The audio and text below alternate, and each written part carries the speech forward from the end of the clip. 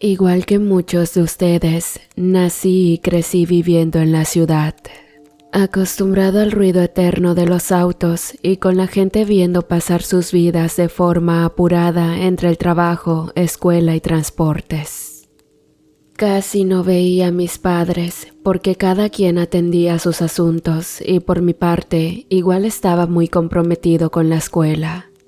Los momentos más alegres de mi vida era cuando de vez en cuando visitábamos la casa de los abuelos ubicada en un pueblito remoto, mismo donde comenzaron nuestras raíces, pues mis padres allá se conocieron y se casaron para luego salir hacia la ciudad para nuevas oportunidades. Mucho le insistieron a los abuelos para que ellos también se mudaran con nosotros, pero de forma sabia, ellos prefirieron quedarse en su humilde casa, alejados del bullicio. Disfrutaban permanecer sentados platicando en las bancas a las afueras de su casa mientras esperaban al panadero, quien les traía sus deliciosas conchas recién salidas del horno. La parte más entretenida de aquellas visitas era cuando todos los nietos nos juntábamos y durante las noches frías, al calor de la fogata acompañada del acogedor sonido del crepitar de la leña, el abuelo nos contaba relatos a manera de leyendas, casi siempre con temas de terror, suspenso o tragedia. Y bueno, comunidad, sin más preámbulos, contaré un relato en primera persona, tal cual fue contado por mi abuelo. Cabe mencionar que elegí esta historia porque es mi preferida y aparte de tener terror, suspenso y tragedia, deja una gran enseñanza. La historia trata de un pueblo donde reinaba el pecado, sobre todo de los hombres, quienes siendo muy machistas trataban a las mujeres como objetos. Un día, en ese pueblo llegaron dos chicas en calidad de indigentes, a Quetzalí y a Litzel. Estas eran hermanas y habían llegado en búsqueda de oportunidades, pues habían huido de la violencia y pobreza de su pueblo de origen. A Quetzalí era una morena bien parecida, pero era opacada por su hermana Litzel, quien tenía una impactante belleza fuera de este mundo.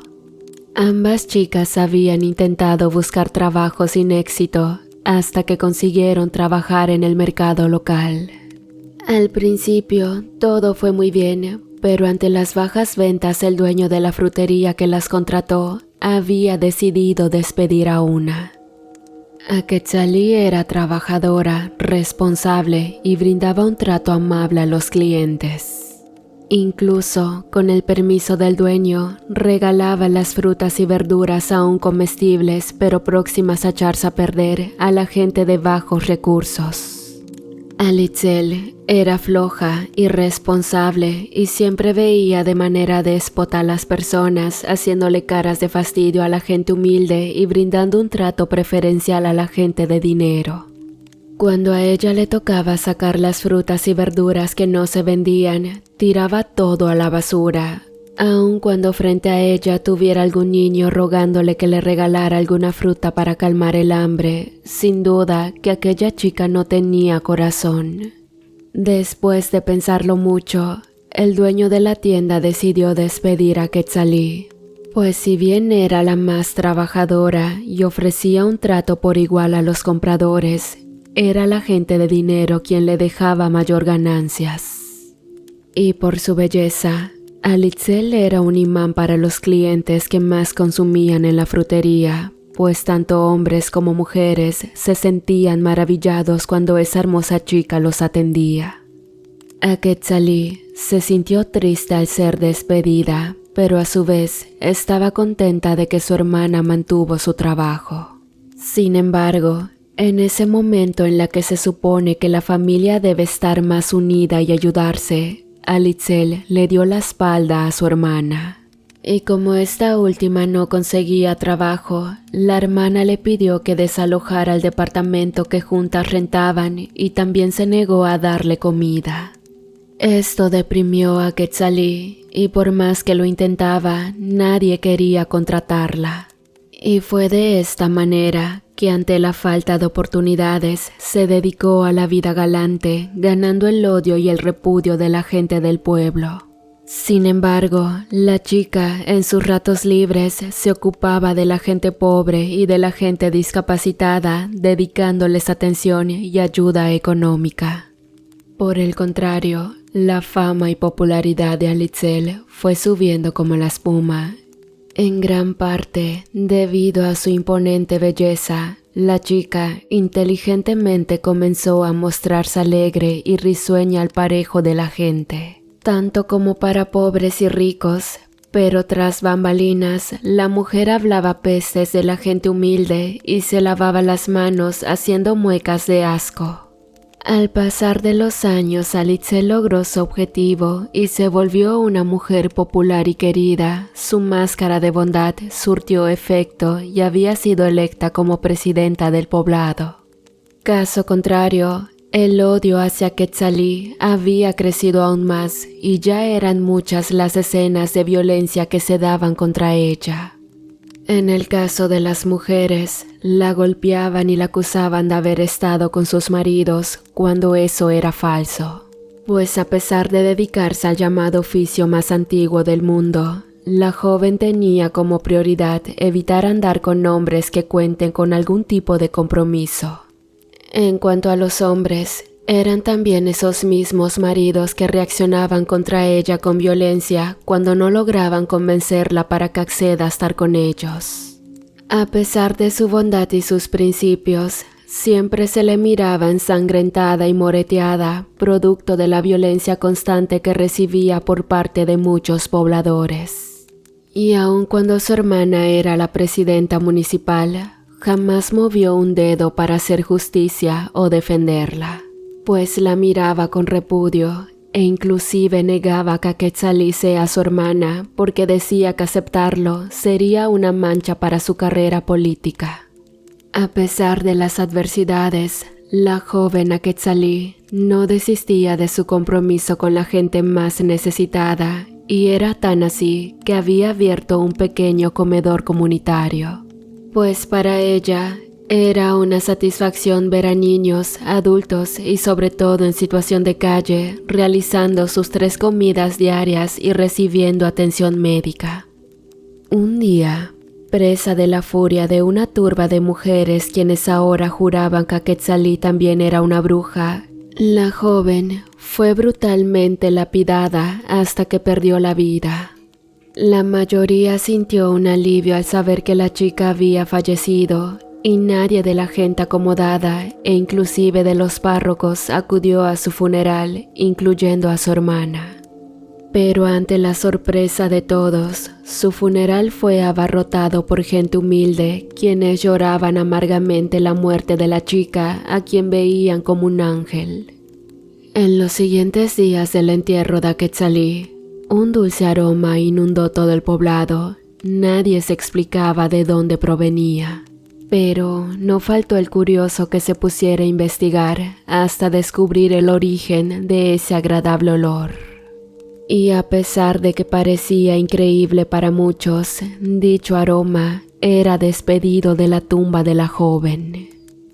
El origen se hizo una verdad a voces en el poblado y fue en ese momento que mucha gente acudió al panteón para cerciorarse.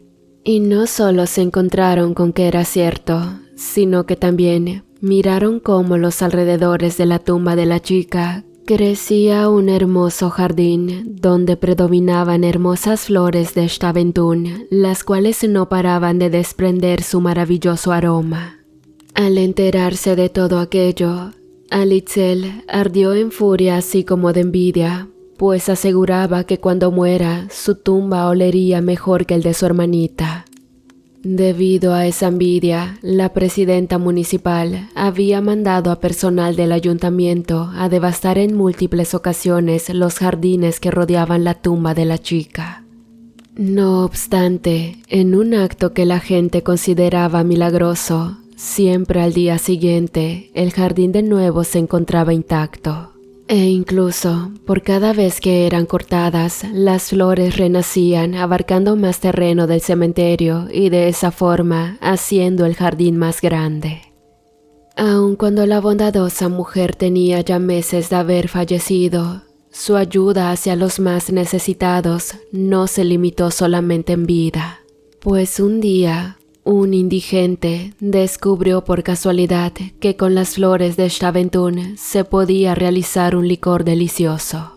Y fue así que en un principio la gente pobre lo produjo para su consumo, pero después comenzaron a hacer sembradíos de esta hermosa flor. Esto hizo que la gente pobre tuviera la oportunidad de trabajo que Aquetzalí nunca tuvo. Mucha gente de dinero también vio en este negocio la oportunidad de acrecentar sus riquezas e invirtieron toda su fortuna en grandes proyectos para la preparación de este licor artesanal. Pero para su desdicha, la flor de Staventún moría cuando era cultivado por manos de gente rica y soberbia, razón por la que estas personas quedaron en la ruina y muchos de ellos huyeron hacia otros sitios. En cuanto a la presidenta, durante su mandato, la gente conoció su verdadera personalidad, pues ayudaba a la gente rica a hacerse más rica, sobre todo a costa de la gente pobre. Sin embargo, cuando se vino la debacle de las personas acaudaladas, quienes habían apostado su fortuna a la inversión de la flor de Staventún, la mujer fue destituida de su cargo ante un pequeño golpe de estado que se dio para derrocar con su gobierno de clasista, tirano e impune. Alitzel fue removida junto a todo su gabinete y estuvo a punto de ser linchada. Pero la gente que llevaba como estandarte los pensamientos de Aquetzalí, a quien ya consideraban como una mujer santa, decidieron que la violencia misma que había sufrido la joven en vida no iba con su pensamiento. Y es por ello que decidieron perdonarle la vida, pero desde ese entonces quedaba prohibido que ocupara algún cargo público. Adicional a ello, toda la gente miraba a la ahora expresidenta con repudio, y esto tomó fuerza a la hora de que la bella mujer pedía trabajo para sobrevivir, pues nadie la quiso emplear. Sin tener muchas opciones, Alitzel se dedicó a la vida galante y pudo sobrevivir vendiendo sus caricias justo como su hermana había hecho alguna vez. Tal pareciera que ambas mujeres tenían escrito su destino desde el primer momento en el que llegaron al poblado, pues Alitzel tuvo un destino similar a Quetzalí. Un día, después de haber realizado varios servicios, caminó hacia las afueras del poblado, donde había improvisado con cartones un lugar para dormir, justamente debajo de un árbol de ceiba, el cual era considerado sagrado para los pobladores de los rumbos. La joven se encontraba alegre, pues aquel día había ganado lo suficiente para realizar sus 3 comidas al día siguiente, pero no contaba con que alguien la vigilaba. Se trataba de uno de los hombres ricos que más había beneficiado del gobierno tirano de la joven. Pero este había sido víctima de la debacle del Staventún y ahora se encontraba en calidad de vagabundo, sumido en la pobreza y muriéndose de hambre. El hombre sabía que la mujer tenía una buena suma de dinero escondida entre sus ropas, pues la había seguido durante gran parte del día, entonces estaba dispuesto a asaltarla.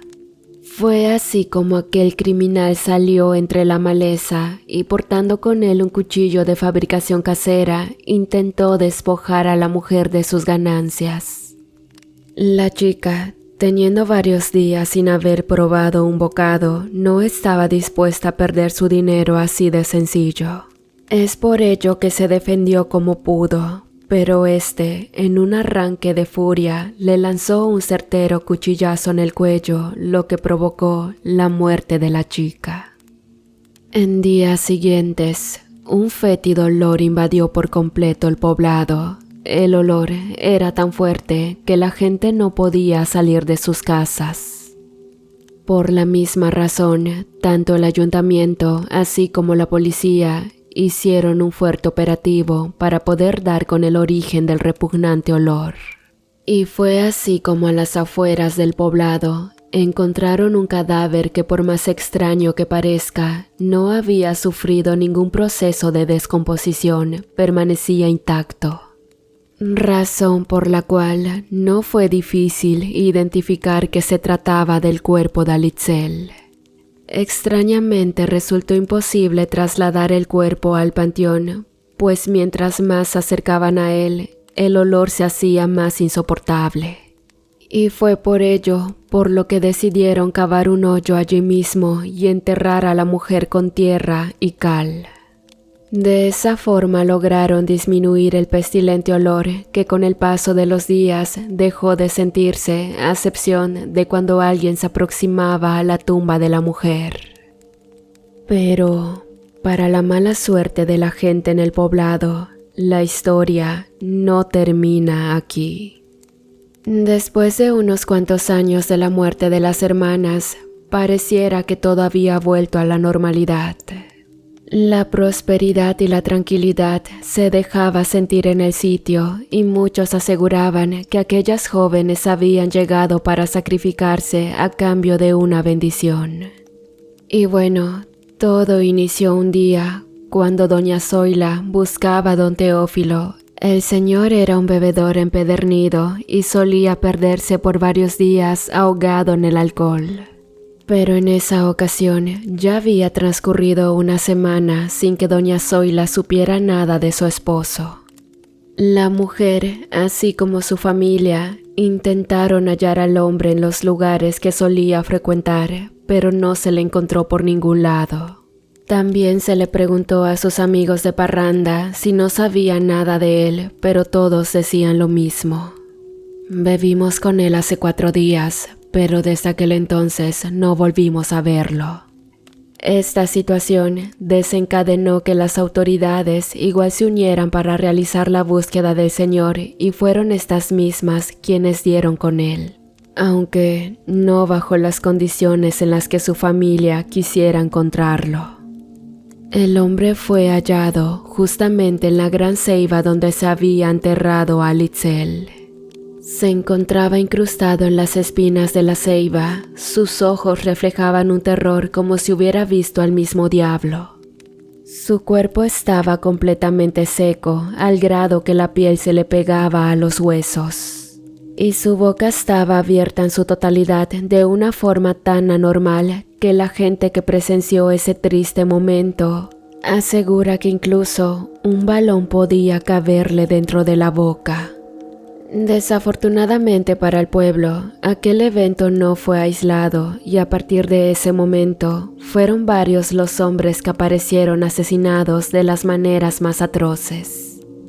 Pero esta maldición no era exclusiva para borrachos, criminales y drogadictos, sino que incluso gente rica y poderosa en el poblado había sido asesinada con lujo de violencia.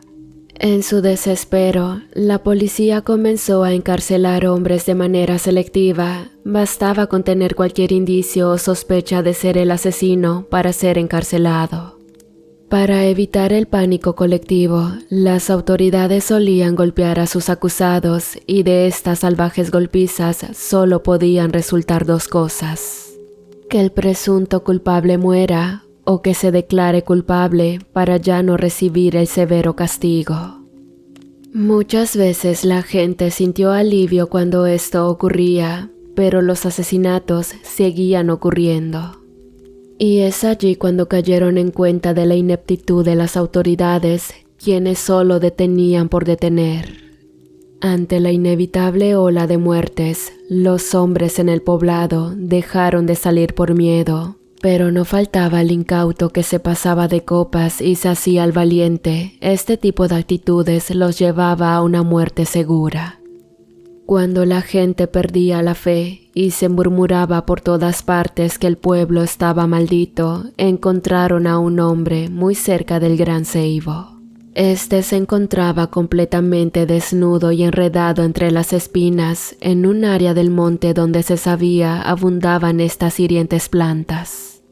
A diferencia de los demás casos, en esta ocasión no se consumó el asesinato, pues un cazador que llegaba de su jornada escuchó los gritos del hombre.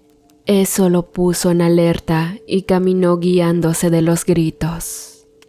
Al llegar a esta zona encañonó su rifle y alumbró con su lámpara, pero ya no vio nada, solamente al masculino quejándose de dolor y bañado de sangre.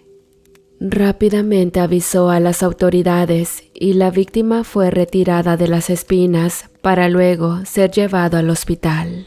Y más allá de sus heridas, también había presentado un shock nervioso. Cuando al fin el hombre se encontró recuperado, o al menos más consciente, las autoridades lo interrogaron. Y durante el interrogatorio, esto fue lo que el hombre dijo. Había bebido algunas copas, pero me encontraba borracho. Sin embargo, aquellas copas habían sido suficientes para armarme de valor y salir a buscar al asesino. Pues unas semanas antes, mi hermano había sido asesinado y no quería que él muriera sin que se haga justicia. Fui directo a las afueras del poblado, por donde había ocurrido la mayoría de los asesinatos, pero ante mi sorpresa, al llegar a la altura de la ceiba, vi a una mujer de espaldas, vestida solamente con una bata transparente. Si bien en ningún momento le vi la cara, se notaba a leguas que la mujer era bella, pues tenía un cuerpo hermoso, con unas piernas torneadas y un cabello del que despedía un olor hermoso cada vez que el viento soplaba. Además, que durante el mismo soplar del viento, la bata se alzaba y se dejaba ver su desnudez. Por obvias razones, ver a esta mujer me impactó y caminé hacia ella para preguntarle qué hacía allí a esa hora de la noche. Había un asesino suelto y era muy peligroso que una mujercita anduviera caminando sola. Pero justamente cuando estuve más cerca de ella, esta sonrió aún sin mirarme y corrió adentrándose al monte. En ese momento no fui consciente si esta situación era peligrosa o misteriosa y corrí detrás de ella. No logré alcanzarla hasta que ella misma posó sobre una gran piedra y comenzó a llamarme con la mano. Acudí a su llamado, pero cuando estaba a punto de llegar, sentí algo que se enrollaba en mis pies, entonces caí. Allí me di cuenta de que había caído sobre un nido de serpientes y ese fue el momento en la que la mujer corrió hacia mí. Con su pierna comenzó a acariciarme y yo solo le decía que me ayudara, pues sentía como las serpientes me mordían por todas partes. Pero la chica no desistía de acariciarme hasta que se agachó a mi lado y me dejó ver su rostro. En ese instante sentí un escalofrío que me invadió todo el cuerpo, pues la mujer tenía el rostro de una calavera, sus ojos eran cuencas vacías y al abrir su boca una serpiente salía de ella. La mujer se acercó lo suficiente a mí con la plena intención de darme un beso y fue cuando comencé a gritar, hasta que a lo lejos escuché un balazo y una lámpara que nos alumbraba. La mujer, al percatarse que alguien se acercaba, se puso de pie y corrió a una velocidad increíble, internándose en el monte. Concluyó aquel hombre. A pesar de parecer una historia increíble, todos en el poblado confiaban en que el hombre decía la verdad y ante la inoperancia de las autoridades, un grupo representante del pueblo acudió con un brujo para preguntar si él sabía lo que estaba ocurriendo y para ello llevaron las ropas que el hombre había puesto el día del percance. Las ropas se encontraban selladas en una bolsa, pero cuando llegaron a la casa del brujo, este le pidió las prendas para que las analizara. Enseguida, un feo olor salió junto con la ropa. Todos los allí presentes se sorprendieron porque aquel nauseabundo hedor era muy distintivo y claro, todos ahí lo habían identificado. Era el mismo olor pestilente que se sintió cuando Alitzel murió. En ese instante el brujo confirmó lo que ya todos sospechaban: la causante de los asesinatos era la propia Litzel. Pero ella no estaba viva, sino que había regresado de la muerte con el propósito de vengarse por el trato que le dieron. Y también para alimentarse de los hombres. Para que la mujer haya podido lograr esto, el brujo tenía una teoría que en ese momento fue la más aceptada. En su lecho de muerte, Alitzel debió haber vendido su alma a un demonio y así poder regresar a vengarse del pueblo. A cambio de ello, debería concederle al demonio todas aquellas almas de los hombres que ella le pudiera conseguir, y es así como inició su cacería. Sin embargo, ella no sale a buscar a ningún hombre por su voluntad, y es allí cuando se deja en evidencia lo podrido y obsceno que es este poblado. Pues todos los hombres que han muerto bajo la maldición de Alitzel son hombres que han intentado abusar de ella sin saber que se trata de un espectro de otro mundo. Después de escuchar las palabras del brujo, el grupo de personas se encargó de regar por todo el poblado lo que el brujo les había dicho, razón por la cual llevaron a un sacerdote para que bendijera el sitio. Este acto no tuvo éxito alguno, pues a pesar de lo ya dicho con anterioridad, los hombres del poblado seguían cayendo en las garras de Alitzel. Como medida aún más desesperada, optaron por mejor cortar el ceibo sagrado. Mucha gente se opuso a esta medida, incluyendo al brujo, quien decía que esta situación empeoraría las cosas. Y tal cual había sido vaticinado por el brujo, esta medida, lejos de ayudar, fue contraproducente. Al parecer, el árbol era la atadura para que la mujer no se alejara más allá de su prisión, pero ante la falta de este, se podía ver en las noches a una mujer de una silueta hermosa caminar por las calles empedradas del pueblo, dejando una estela de pestilencia ante su paso y provocando un número de muertes equivalentes al número de hombres que encontraba en el camino. Ante estos eventos siniestros, la población intentó de todo sin éxito y por último acudieron con el gran brujo para que éste les dijera qué hacer. El brujo les sugirió que la única manera de acabar con aquel espectro era abandonando el pueblo, porque de lo contrario, aquel ser demoníaco no se detendría hasta acabar con todos los hombres. Así fue como la gente de ese pueblo decidió marcharse, dejando atrás su vida, sus cosas y sus recuerdos. Se mudaron a una zona que les pareció ideal y allí rehicieron sus vidas. En ese pueblo nuevo es donde viven mis abuelos. Y del pueblo maldito nunca supe con exactitud dónde se encuentra, pues mis abuelos nunca quisieron decírmelo. Pero, junto con mis primos, hemos investigado y ya tenemos la ubicación. Planeamos ir a investigar para ver si todo esto era cierto, y les juro que les contaré a detalle todo lo que logremos observar, así que deséenme suerte y hasta luego.